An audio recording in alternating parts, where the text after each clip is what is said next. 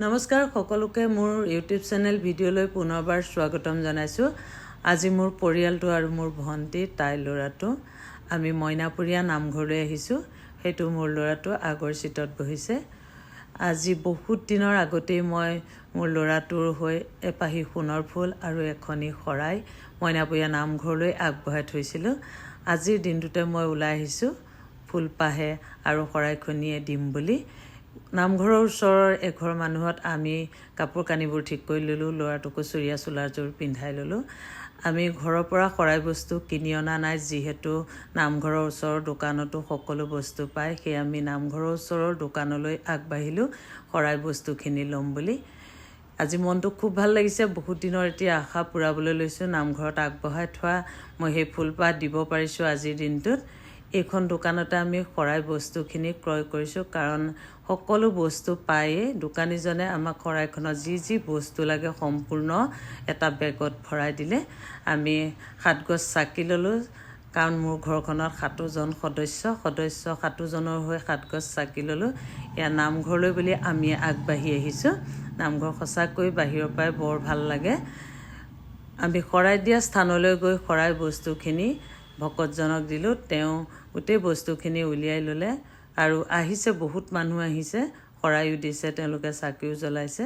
অৰিহণাসহ দি আমি আহি নামঘৰৰ ছাইডত 2জন ভকত বহি আছে, তেওঁলোকৰ ওচৰতে আমাৰ সোণৰ ফুলপাহ আগবঢ়াই দিলোঁ। তেখেতসকলে আমাৰ এখন বহীত মোৰ ল'ৰাটোৰ নামটো লিখি ল'লে আৰু উদ্দেশ্যটো সুধিলে, কি কাৰণে আপোনালোকে সোণৰ ফুলপাহ দিছে। তেতিয়া আমি ক'লোঁ যে ল'ৰাটোৰ হৈ বহুত দিনৰ আগতে আগবঢ়াই থৈছিলোঁ, এতিয়া আশীৰ্বাদ দিয়ক। তেওঁলোকে ল'ৰাটোক সেইখিনিতে এটা আশীৰ্বাদ দিলে। আমি চাকি দিয়া স্থানত গৈ চাকি গছ জ্বলালোঁ। ল'ৰাটোৱে ধূপ জ্বলালে, কাৰণ সি জ্বলাব নোৱাৰে চাকি, দিগদাৰ হয়। অকণমান সেৱাও মাৰি আছে। চাকি গছ জ্বলাই আমি নামঘৰলৈ বুলি সোমাই আহিলোঁ। এতিয়া নামষাৰ শুনকচোন।